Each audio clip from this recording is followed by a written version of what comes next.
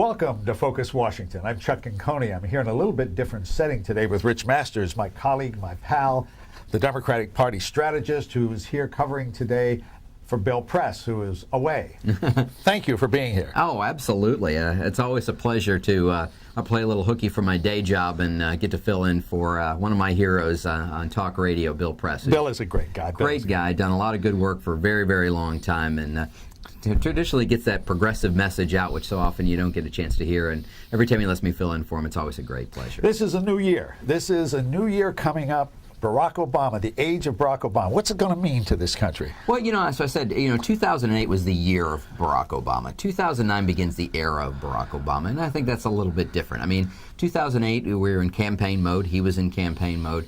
Now he has to begin the process of governing a nation that is at two wars abroad and is facing a war on the economy here domestically in the United States. There are so many things. We've not had a president really take over with these kinds of challenges and hurdles really since Franklin Delano Roosevelt did the first time. And, they're very similar in many, many ways. And the transition time is difficult because there is only one president at a time. But, as we enter 2009, I have really great hopes. The initial things that President-elect Obama has done, his cabinet selections, the way he's moved rapidly in the transition, gives me a lot of optimism and hope for the future. It's hard to imagine you can be optimistic with the economy and the disaster it is, and now the Middle East. As we have Afghanistan, we have Iraq, and now the Middle East falling apart. What happens? How does a president do that? How does he handle it? Well, first of all, I think his election in and of itself. Chuck, during the Bush administration, we talked a lot about what we're going to do with Guantanamo Bay, and more importantly, what we're going to do with some of the detainees, the prisoners who are down there. And one of the problems that the Bush administration had is, where do you send them? Because no one across the globe was willing to take these folks.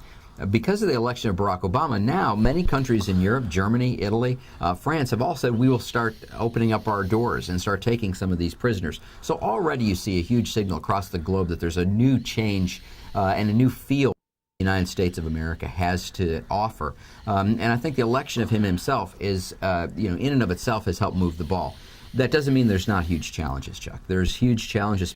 Middle East, the violence we see now going on in Israel and in Gaza Strip is a huge challenge, and we're facing domestic politics. There's an Israeli presidential prime minister's election that's going on right now, and now you have all the candidates there that are trying to out-military talk the other one, which is definitely escalating the violence and making the tensions there even greater, and so the president-elect has got a big challenge.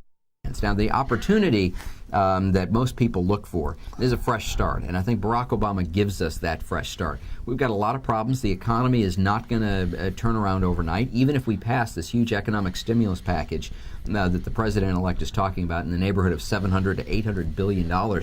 Even that, if that passes, and he signs it on his first day as president, could take 6-8 months, maybe a year to really start taking effect. The good news is that we are really at the bottom of the trough. But how does he deal with his expectations? The expectations are so high. They are, Chuck, and I think you've seen Joe Biden and others that have moved out and have said we've got to control the expectations. The president can only move the country as fast as it's willing to go, and it's going to take some time. I think what you're going to see is in his inauguration and in his presentation to the people during the week of the inauguration, the symbolism is going to be huge, that the hope and the opportunity for the future is enormous. But I think you're going to see this president call on America like we have never seen a president really in my lifetime, call for Americans to realize that this is a time of sacrifice in America. The free ride is over. Since really Reagan, we have had this thought that all was always going to be well, and that there was going to be no sacrifice needed to be taken on the parts of average Americans. The truth is we're in a time of turmoil and crisis, economic crisis, and then foreign policy abroad. And Americans need to realize and need to pull together and do this. And I think in the body of Barack Obama, we have the opportunity to do that because brighter days are ahead. That's one of the reasons I think he was elected. It wasn't talking about just the problems we have, but the fact that America's best days are still ahead of us. Boy, that's incredible. Is he going to do a John F. Kennedy type speech? Just one quick last question. A John Kennedy type speech. Are you going to get involved in the inauguration in any way? I'm going to go. I'm going to go and be part of it. I would give anything to be writing his speech right now, but I have a feeling a lot of this speech is going to be his. And to answer your question specifically, Yes. There will be a call to Americans for the first time in a long time to look beyond themselves, to look to the good of the country. And I think there will be a call for ask not what your country can do for you, but what you can do for your country. You're going to see that call not only on election, on Inauguration Day, but throughout this president's tenure in office. Thank you, Rich. That's just wonderful. I mean, it's going to be fascinating to see. It will indeed. I'm Chuck Coney, and this has been Focus Washington.